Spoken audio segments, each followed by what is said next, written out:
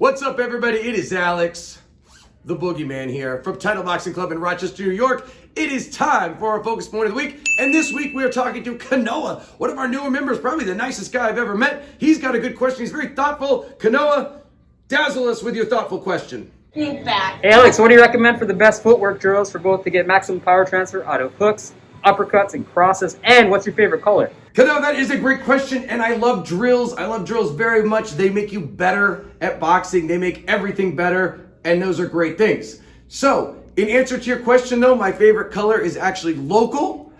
Local color, get it? Get it? Nope, nobody gets it, that's okay. I do like orange, of course, though, as well, because Halloween, that's the main thing. Halloween, it rules. And I'm gonna talk about some of my favorite footwork drills, almost as good as orange and local color, to help you get better at boxing, but we're gonna do it out there. All right, so footwork drills. I love a good footwork drill. I love footwork. I think it is literally the most important thing in boxing because it can change everything. So first of all, you wanna have your good fighting stance. Always wanna be in that stance. And the big thing first is to get comfortable with boxing footwork because it's not natural. Since you were probably 11 months old, you've been walking like this. You've been crossing your feet.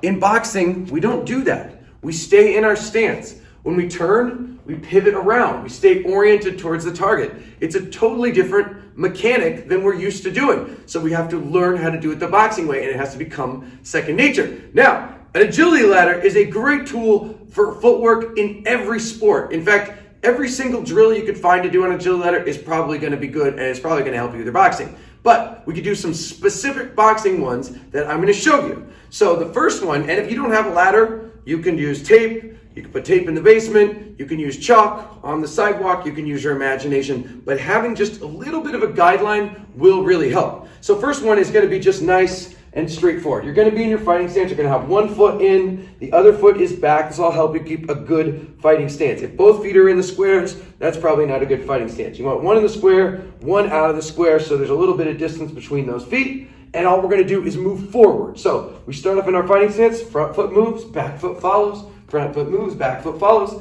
And you might think, this is kind of boring, but you have to get used to doing this. It'll feel awkward at first. Then when you get to the end, you'll go backward, and the back foot moves, and the front foot follows. So you'll do that. Then you can mix in punches while you do it. So you'll step, when your lead foot lands forward, you throw the jab. You time the turn and the punch extension with the step. Then as you bring your rear foot, you can throw the cross. So you can start off with just jabs, and then you can start to do the jab crosses as you walk forward, getting used to transferring your weight into the punch as you're stepping forward. What a lot of times happens with people when they're stepping forward in front throwing punches is their feet start to come together. So it'll be, I don't know if you can see my feet, but it'll be jab, cross, and then they're kind of even, no longer in the fighting stance. That's what the ladder's there to do, help give you some kind of, just a reference for where the feet should be. So you could do that. You can also mix it up a little bit. You can go 2 steps forward, 1 step back, 2 steps forward, 1 step back. You can throw punches in there.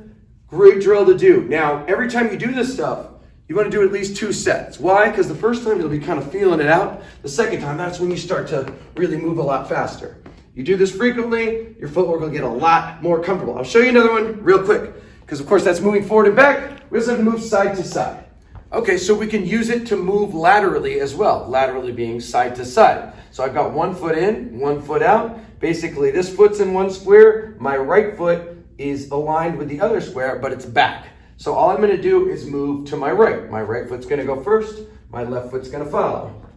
Then when I get to the end, it's the opposite. And my left foot goes, my right foot follows. That's the easier one. You could start to make it a little tougher by getting out of the ladder, stepping in and throwing the jab, then moving to the side, stepping in, throwing the jab, moving to the side. And then you can move, extend the cross, step in, jab, cross, step back, move to the side, step in, jab, cross.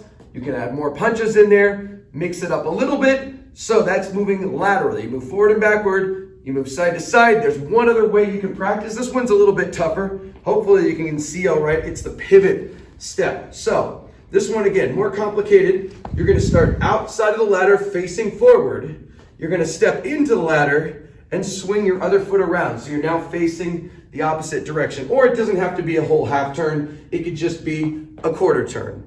And then from there, you could step out, step back in, step out, step back in, pivoting, working your way around the ladder. Because in boxing, you're always pivoting, you're always orienting yourself towards the target.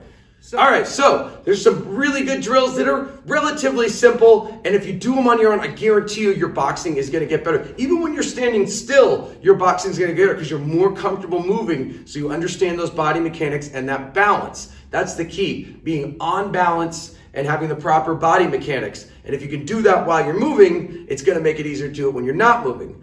How does that all relate to power though? Because that was part of the question at the beginning. And the main way really is when we're moving forward, obviously. So as we're stepping into punches, we're rotating our shoulder and extending our hand going forward to get power of the momentum. So as we're stepping in, that momentum gets transferred into power.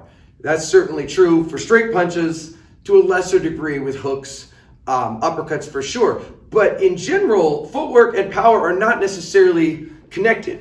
Obviously, you use your legs for power. I talk about that all the time. You always want to use those legs, use those hips. You're going to get the power there. But the power also will come from the transfer of weight from one foot to the other. So if you're moving, you might be limited in your capacity to do that.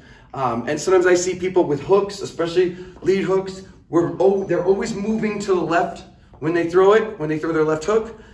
It's certainly a thing you would do in boxing, but in terms of being able to transfer your weight and get full power, you're not going to get it while you're moving the direction that you're throwing. So you can get power if you're moving into it, but if you're moving laterally or pivoting, you're going to have to, it's not really a translation there. But that's okay, because what the footwork does, it allows you to move to a position where you can hit their opponent and they can't hit you, which is even better. So I want to focus on that. We'll do extra footwork this week in class. Try to keep it simple because it is tricky. It is tricky. The only way to make it not so tricky is to get comfortable with it. Do it a lot. Try these drills. Ask me any questions. Technique is everything.